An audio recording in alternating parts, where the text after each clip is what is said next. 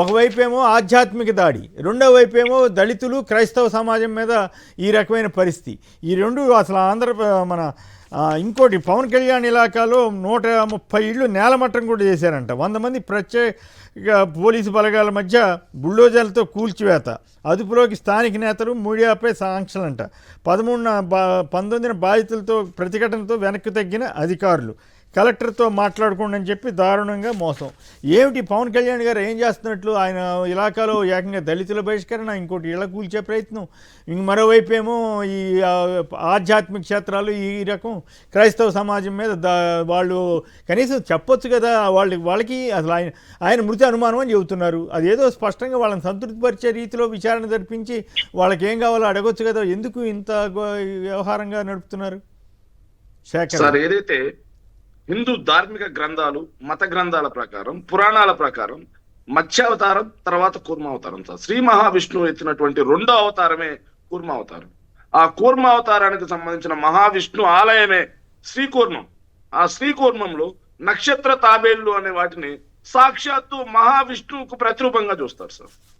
అలాంటి చోట సంరక్షణ గాలి కొదిలేసి చూడండి సార్, విజువల్స్ కూడా మొన్నటికి మొన్న గోశాలలో గోవులు తిరుమలలో, అదేవిధంగా ఈ రోజు శ్రీకూర్మంలో అలా నక్షత్ర తాబేళ్లను గాలి కుదిరే చూడండి ఎలా చనిపోయి ఉన్నాయి. వాటికి కనీసం ఎందుకు చనిపోతున్నాయని పోస్ట్ మార్టం చేయాల్సినటువంటి అవసరం లేదా? ఎందుకు చనిపోతున్నాయని నిర్వహణ చూసుకు ఏ లోపంతో చనిపోతున్నాయని చెప్పేసి చర్యలు చేపట్టాల్సిన అవసరం లేదా? అవసరం లేకుండా అలా వదిలేస్తారు.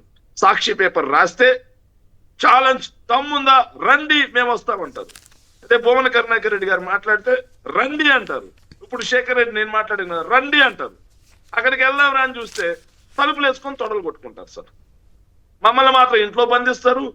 వాళ్ళు అక్కడికి వెళ్ళి వీళ్ళు రాలేదు రాలేదు రాలేదు అంటారు సార్. ఇది జరుగుతా ఉంది. ఇలా రాజకీయ పరంగా ఆరోపణలకు మాత్రమే పరిమితం అవుతున్నారు తప్పిస్తే వాళ్ళు అధికారంలో ఉన్నాం మేము ప్రతిపక్షంలో లేము అనే ఒక విచక్షణ కోల్పోయి అధికారంలో ఉంటే ఏం చేయాలి? ఆ నిర్వహణ లోపం ఎందుకు జరుగుతుంది, ఆ విధంగా ఎందుకు చనిపోతున్నాయి అని చెప్పి విచారణ చేసి చర్యలు చేపట్టాల్సినటువంటి అవసరం ఉంది.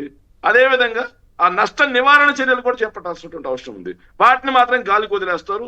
ఇంకా ప్రతిపక్షంలో ఉన్నాము అన్న చందాన వైఎస్ఆర్ కాంగ్రెస్ పార్టీ మీద బురద జల్లడం, ఛాలెంజ్లు విసరడం, ఇది హిందూ సభ్య సమాజం మొత్తం కూడా గమనిస్తా ఉంది సార్.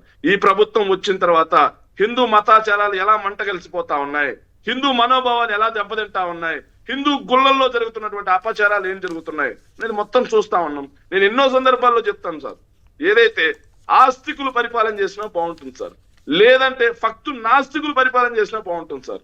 కానీ ఫక్తు నాస్తికులు సనాతన వేషధారణలో ఉంటే ఇలాగే ఉంటుంది సార్. ఇంకో విషయం సార్, డిప్యూటీ సీఎం గారు ఏం చేస్తున్నారు అని చెప్పి మీరు అడిగారు సార్. ఆయన ఏం చేస్తారు సార్? ఏదైతే పొద్దున్నే స్పెషల్ ఫ్లైట్ లో హైదరాబాద్ నుంచి ఇక్కడికి వస్తారు సార్, తర్వాత సాయంత్రం స్పెషల్ ఫ్లైట్ లో ఇక్కడి నుంచి వెళ్తారు సార్. అదేవిధంగా నెల్లూరు జిల్లాలో మైనింగ్ ముడుపులు ఉన్నాయి కదా సార్, అవి లెక్క పెట్టుకుంటా ఉంటారు సార్. అందుకోసమే పనిచేస్తా ఉన్నారు. పిఠాపురంలో పాలన గాలికి వదిలేశారు సార్. పిఠాపురం తనకు ఓట్లేసిన ప్రజలు అల్లో లక్ష్మణాన్ని అల్లాడుతా ఉన్నారు. ఈ రోజు దళితుల్ని మనం ఏ రాతీయుగంలో ఉన్నాం సార్? మనం ఏమన్నాం? మనం ఈ రోజు ఉండేది అంబేద్కర్ గారు రాసిన రాజ్యాంగాన్ని పరిపాలన, ఏదైతే రాజ్యాంగానికి లోబడే కదా మనం పరిపాలన చేసుకుంటున్నాం. అలాంటి చోట, అలాంటి భారతదేశంలో డిప్యూటీ సీఎం ఇలాకాలో ఒక దళిత కుటుంబాన్ని సంఘ బహిష్కరణ చేశారు అంటే ఆయన ఏం చేస్తా ఉన్నాడు? ఆయన నియోజకవర్గంలో ఏం జరుగుతుందో కూడా తెలుసుకోలేనంత అసమర్థుడా పవన్ కళ్యాణ్ గారు? ఆయన సమాధానం చెప్పాలి సార్. ఇలా ఒక పక్క ఏదైతే ఆధ్యాత్మికానికి సంబంధించి ఆయన సనాతన ధర్మ వేషం వేసుకుంటాడు, కాషాయం ధరిస్తాడు, కానీ ఎన్ని ఘోరాలు జరుగుతా ఉన్నా ఒక్క మాట కూడా మాట్లాడు సార్. అదే విధంగా తన ఇలాకాలో సాంఘిక బహిష్కరణ దళితుని చేసినా ఒక్క మాట మాట్లాడు. లేని చోట సార్ ఏదైతే ఎప్పటంలో సార్, అది నవ్వు వచ్చింది నాకు ఎప్పటంలో సార్, ఏదైతే రోడ్ ఎక్స్టెన్షన్ లో భాగంగా ఏదైతే ప్రారీ గోడల వరకే కూల్చేస్తే ఆయన కారు పైన కూర్చొని మరీ వచ్చాడు సార్. సినీ ఫక్కీలో వచ్చాడు సార్. అవును, అప్పుడు మీరు కేసులు పెట్టలేకపోయారు కదా, అప్పుడు మీ గవర్నమెంట్ కేసులు పెట్టలేకపోయింది కదా, ఇప్పుడు వాళ్ళు ఇష్టం వచ్చినట్టు పెట్టుకుంటున్నారు. తేడా అది సార్. కేసులు ఏ స్థాయిలో ఉన్నాయని నేను చెప్తాను సార్. కేసులు ఇది ఒక్కడైన తర్వాత కేసులు ఏ స్థాయిలో నేను అనుభవించింది కూడా ఒకటి చెబుతాను సార్. ఇక ఇంకో పక్కన చూసుకుంటే హర్ష కుమార్ గారు సార్. హర్ష కుమార్ గారు ఏదైతే అడుగుతున్నారు సిబిఐ విచారణ, మీకు తప్పు లేకపోతే సిబిఐ విచారణకి మరి సిబిఐ విచారణ జరిపించండి, లేదంటే సిట్టింగ్ జడ్జి చేత విచారణ జరిపించండి. ఈ ప్రభుత్వానికి ఇంకా క్రెడిబిలిటీ పెరుగుతుంది కదా.